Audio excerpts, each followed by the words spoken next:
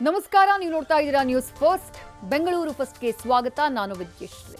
ಮೊದಲಿಗೆ ಹೆಡ್ಲೈನ್ಸ್.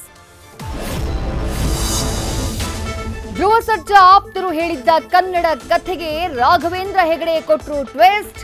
ಅವರಿಂದಲೇ ನನಗೆ ಮೆಂಟಲ್ ಟಾರ್ಚರ್, ಬೇರೆಯವರಾಗಿದ್ರೆ ಸೂಸೈಡ್ ಮಾಡ್ಕೋತಿದ್ರು, ನಾನು ಕನ್ನಡ ವಿರೋಧಿಯಲ್ಲ ಎಂದ ಜಗ್ಗುದಾದ ಡೈರೆಕ್ಟರ್.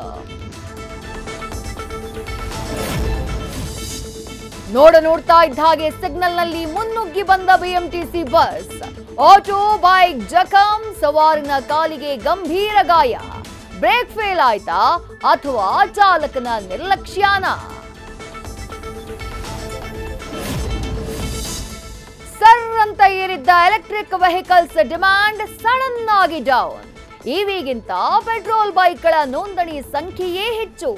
ಚಾರ್ಜಿಂಗ್ ಆಗಲ್ಲ, ಟೈಮ್ ವೇಸ್ಟ್ ಅಂತಿದ್ದಾರೆ ರಾಜ್ಯದ ಜನ. ಅಪಾಯಕ್ಕೆ ವೆಲ್ಕಮ್ ಮಾಡ್ತಾ ಇದೆ ವಿಜಿಎಸ್ ಫ್ಲೈಓವರ್. ಮಾರ್ಗ ಮಧ್ಯೆಯೇ ಬಾಯಿ ತೆರೆದಿದೆ ಗಜಗಾತ್ರದ ಗುಂಡಿ. ಎದ್ದು ಎದ್ದು ಕಾಣಿಸ್ತಾ ಇದೆ ಪಾಲಿಕೆಯ ಕಳಪೆ ಕಾಮಗಾರಿ.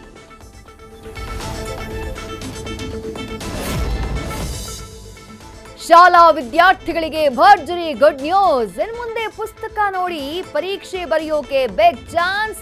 ಖಾಸಗಿ ಶಾಲೆಗಳ ಎರ್ರಾಬಿರ್ರಿ ಫೀಸ್ ಬಗ್ಗೆಯೂ ಇದೆ ಬಿಗ್ ಅಪ್ಡೇಟ್. ನ್ಯೂಸ್ ಫಸ್ಟ್, ನಿರ್ಭೀತಿಯಿಂದ ನಿಮ್ಮ ಪರವಾಗಿ.